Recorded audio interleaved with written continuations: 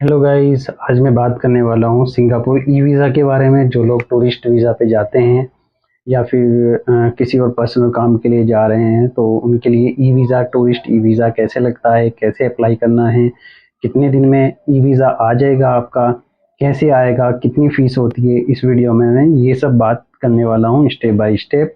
पूरी वीडियो देखिएगा। तो सिंगापुर ई वीज़ा अप्लाई करने के लिए आप खुद से किसी साइट पर जाकर अप्लाई नहीं कर सकते हो। आपको उनके कुछ ट्रैवल एजेंसी हैं, ऑथराइज्ड ट्रैवल एजेंसियां हैं या एजेंट हैं, आपको उनके थ्रू ही वीज़ा अप्लाई करना पड़ेगा। वीज़ा का क्या प्रोसीजर है, लिंक कौन कौन से आपके अथॉरिटीज़ ट्रैवल एजेंसी हैं, वो उसका लिंक मैं आपको डिस्क्रिप्शन में दे देता हूँ। बट बहुत ध्यान से आप सिर्फ उन्हीं अथराइज ट्रैवल एजेंसीज के पास जाइए जो अथराइज हैं। उनकी फ़ीस भी 600 या 500 के आसपास उनकी फ़ीस होती है अप्लाई करने की। क्या क्या डॉक्यूमेंट्स चाहिए वो सब कुछ वही बता देंगे। बाकी मैं अपनी तरफ से आपको बता देता हूँ क्या क्या डॉक्यूमेंट्स चाहिए आपको। बट आप जब अप्लाई करो तो सिर्फ और सिर्फ अथराइज ट्रैवल एजेंसीज के थ्रू ही अप्लाई करें।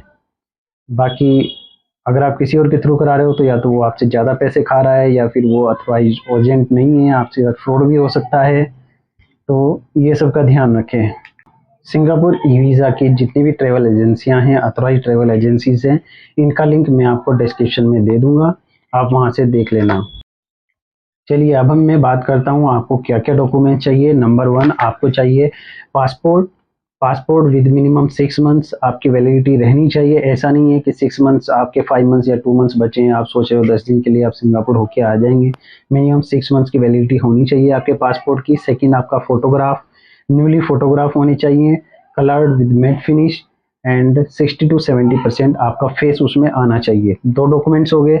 आपकी फ़्लाइट टिकट होनी चाहिए, आपके रिटर्न की भी टिकट माँगते हैं आजकल वो, तो ये ध्यान रखिएगा आपकी रिटर्न जाने की और आने की दोनों टिकट होनी चाहिए। फिर नंबर 4 पे आपका एप्लीकेशन फॉर्म आता है, जो एप्लीकेशन फॉर्म रहेगा। फिर आपका एक कवर लेटर आता है। कवर लेटर आपकी जो ट्रैवल एजेंसी है वो खुद ही आपका कवर लेटर बना देगी। फिर आपके कुछ स्टेटमेंट चाहिए होते हैं, फाइनेंशियल स्टेटमेंट, लाइक आपकी बैंक की स्टेटमेंट 3 महीने की, या आपकी जो जॉब कर रहे हो उसकी 3 महीने की स्टेटमेंट। आपके बैंक में मिनिमम 25,000 रुपीज़ होना चाहिए। मतलब ये उनकी रिक्वायरमेंट है। बाकी कैश आप कितना लेके जा रहे हो that it doesn't matter, but minimum आपका बैंक बैलेंस 25,000 होना चाहिए उस बैंक के स्टेटमेंट में, रिमेनिंग बैलेंस। या अगर आपने जो आईटी रिटर्न फाइल कर रखी है, आप जॉब करते हो, तो आईटी रिटर्न फाइल आपकी है वो भी चाहिएगी। बाकी तो आपको ट्रैवल एजेंसी खुद ही आपको सारे काम कर देगी। बाकी कवर लेटर ये वो लोग खुद ही करते हैं, जो कि कवर लेटर जो है वो दिया जाता है वीज़ा ऑफिसर्स कंसल्टेंट को। वो ट्रैवल एजेंसी खुद ही करती है। और अब मैं बात करता हूँ इसकी फ़ीस की। इसकी फ़ीस होती है 30 सिंगापुर डॉलर, अराउंड 1800 रुपीज़ के आसपास इसकी फ़ीस पड़ती है ई वीज़ा की। और जो प्लस आपकी जो ट्रैवल एजेंसी है जिसके थ्रू आप जा रहे हो, उसकी कितनी चार्ज है। नॉर्मली 500, 600 या आपसे ज़्यादा भी ले सकते हैं, बट जो उनकी मैं लिंक दे देता हूँ आपको, उसमें लिंक में उनका नाम, ट्रैवल एजेंसी एड्रेस, एवरीथिंग, और उनका जो चार्ज है वो भी लिखा हुआ है।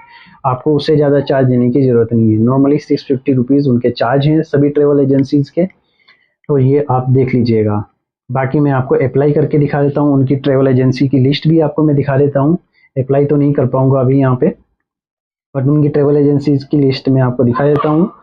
और अब मैं बात करता हूँ कितने दिन में वीज़ा आ जाता है। नॉर्मली किसी किसी का तो 1 दिन, 2 दिन, 3 दिन में नॉर्मली आ ही जाता है। फिर भी मैक्सिमम आप विद इन 1 वीक ले लीजिए। विद इन 1 वीक में आपका वीज़ा आ जाएगा। तो उसी के अकॉर्डिंग आप अपनी फ़्लाइट टिकट कराएं, कि आप इतना टाइम लेके कराएं, फ़्लाइट टिकट पहले ही करा लें और इस बीच अप्लाई करें कि आपका 15 दिन आपके रहें। मैं अपनी सेफ्टी वाइज बता रहा हूँ आपको। नॉर्मल 15 डेज रखिए अपने हाथ में गैप, क्योंकि आप टिकट अप्लाई करोगे, सॉरी वीज़ा अप्लाई करोगे, तो उसमें नॉर्मली तो सब कुछ ठीक है तो 2 दिन में आ ही जाता है। बट नॉर्मली फिर भी आप ये विद इन 1 वीक लेके चलिए।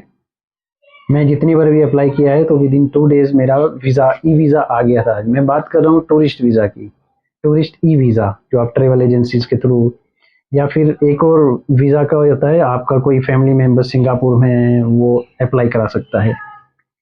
तो यही है। बाकी मैं आपको अभी लिस्ट ओपन करके दिखा देता हूँ।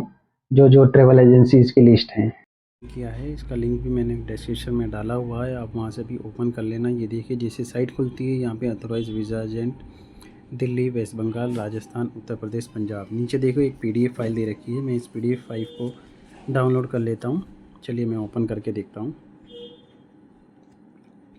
यहाँ पे देखिए ये है Singapore high commission new Delhi, इनके जितने भी अथॉराइज्ड डॉक्यूमेंट्स इन दिल्ली में जितने भी अथॉराइज्ड डॉक्यूमेंट्स हैं इन्होंने यहाँ पे दे रखा है इनका।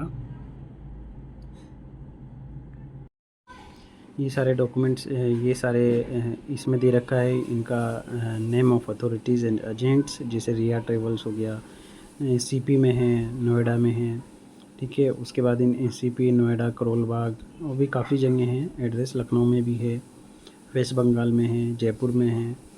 ऑफिशियल उनका कॉलिंग नंबर भी दिया हुआ है, ऑफिशियल ईमेल आईडी भी दे रखी है और इनकी फ़ीस भी दे रखी है। जैसे फ़ीस दे रखी है 650 रुपीज़, तो इतनी इनकी चार्ज फ़ीस है। बाकी आपके जो भी आपके जैसे जीएसटी वगैरह या रिटर्न फाइल या कवरिंग लेटर वो सब यही एजेंट बना देगा। नॉर्मली यही सब कुछ कर देते हैं, तो आपको सिर्फ अपने डॉक्यूमेंट्स देने होते हैं, उनसे बात करनी है जाके। इतना हार्ड इसका वीज़ा नहीं है, नॉर्मल तरीके से मिल जाता है और ना ही इतनी ज़्यादा रेस्ट्रिक्शन होती है। न्यू दिल्ली के हैं और भी काफ़ी हैं, मुंबई के हैं, मुंबई का शायद इसमें नहीं है। ये इस टाइप का हमारा वीज़ा होता है, इसमें आपका ई वीज़ा नंबर होता है, आपका नाम लिखा होता है, डेट ऑफ बर्थ लिखी है, नेशनलिटी होती है, आपका पासपोर्ट नंबर होता है। अच्छा, इसकी वैलिडिटी और इशू डेट। वैलिडिटी के बारे में बता दूँ, इसकी 1 महीने की से ज़्यादा की वैलिडिटी ये लोग देते हैं। नॉर्मल 1 महीने से ज़्यादा की वैलिडिटी देते हैं। और फिर आगे हुआ है रिमार्क्स में लिखा हुआ है नॉट वैलिड फॉर एम्प्लॉयमेंट, यानी कि इस वीज़ा पे आप जॉब के लिए नहीं जा सकते हो। तो ये वहाँ पे रेस्ट्रिक्शन है, काफ़ी स्ट्रिक्ट रूल भी है इनका वहाँ पर। तो इस चीज़ का ध्यान रखिए, आप टूरिस्ट वीज़ा पे जा रहे हो तो आप इन सब का ध्यान रखिए। और इस अथॉरिटी ये इसका वीज़ा आता है इस टाइप का।